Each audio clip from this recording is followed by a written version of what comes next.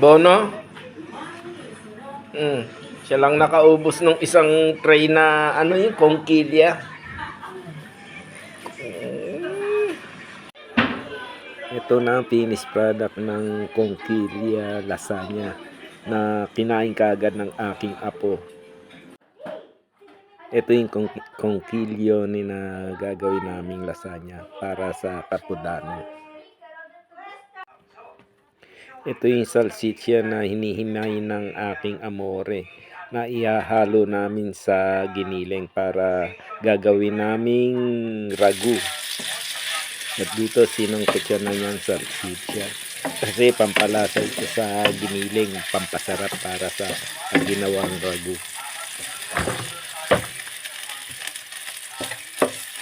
At isasangkot siya na rin niya ang giniling kasama ng salsiccia. Ang salsiccia pampasarap yan sa ragu, sa giniling, sa ragu. Mas malasa, nagbibigay siya ng lasa. At taktakan na rin natin ang paminta, bahagya lang. At igisa na rin natin ang bawang kasama ng sibuyas. At hahalo na natin siya sa giniling. Hayaan natin mag-brown ang giniling para masarap lalo. At dito lagyan na natin siya ng tomato paste at saka yung sugo.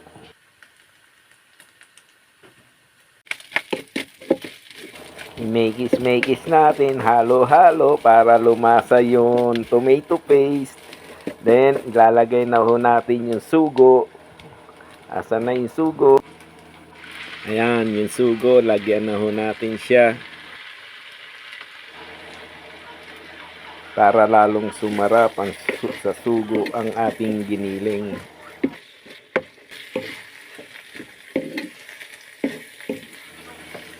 At dito nilagyan siya ng konting tubig para maluto mabuti yung sugo at saka lumasa sa giniling. Ayan, kumukulo na siya. At i-set aside natin siya mamaya. Ito, ayos na ang ating sugo. Luto na siya. I-set aside na natin siya. Gagawa kami ng homemade bechamel. Wala na kasing mabiling bechamel sa supermarket. Yeah.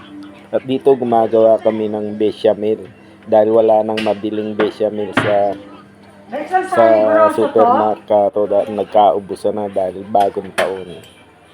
At yung kongkilyone niluto na rin namin, sinahog na siya, pinakuluan na siya.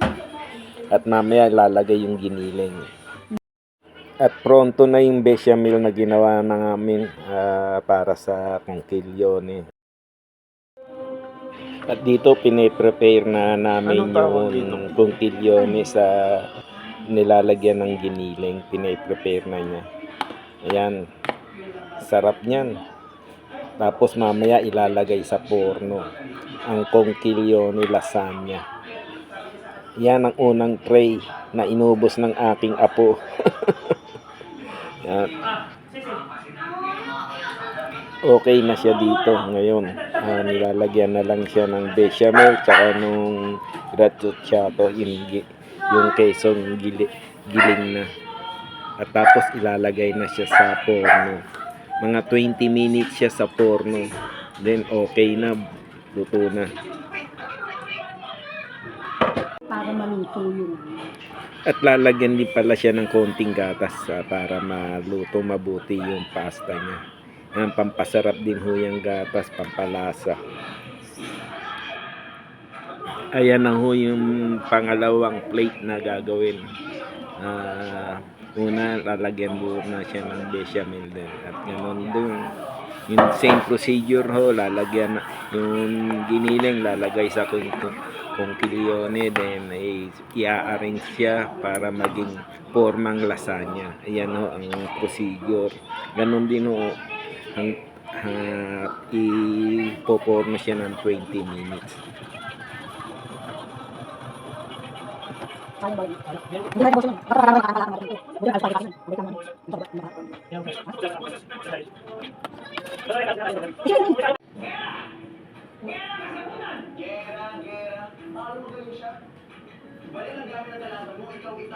Ayan, okay na siya.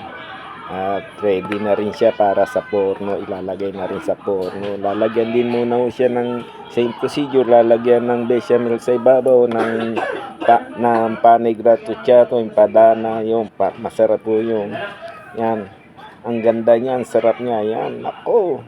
Oy, naubos ng apo ko yung isang plate. Tuwan-tuwa ang apo kong babae. Yan ang aming handa sa bagong taon. Okay guys, Happy New Year po. Ito po ang aming handa sa bagong taon, pati patatim at saka kare-kare. Napakasarap nitong kongkilya. Ayan, okay na ho siya. Pronto na ho para ilagay sa forno. Ito na yung aming kongkilya lasagna. Pronto na siya para sa forno. Ito, nilagay na ho siya sa forno. Mga 20 minutes ho siya para luto. At luto na siya. Yan. Ang sarap. Yan, ang sarap. Gawa ng aking amore. Kongkilya lasagna. At ito na nga ho ang final. Ang nagawang kongkilya lasagna. Naubos ng apo ko. Bono? Siya lang nakaubos ng isang tray na ano yung kongkilya.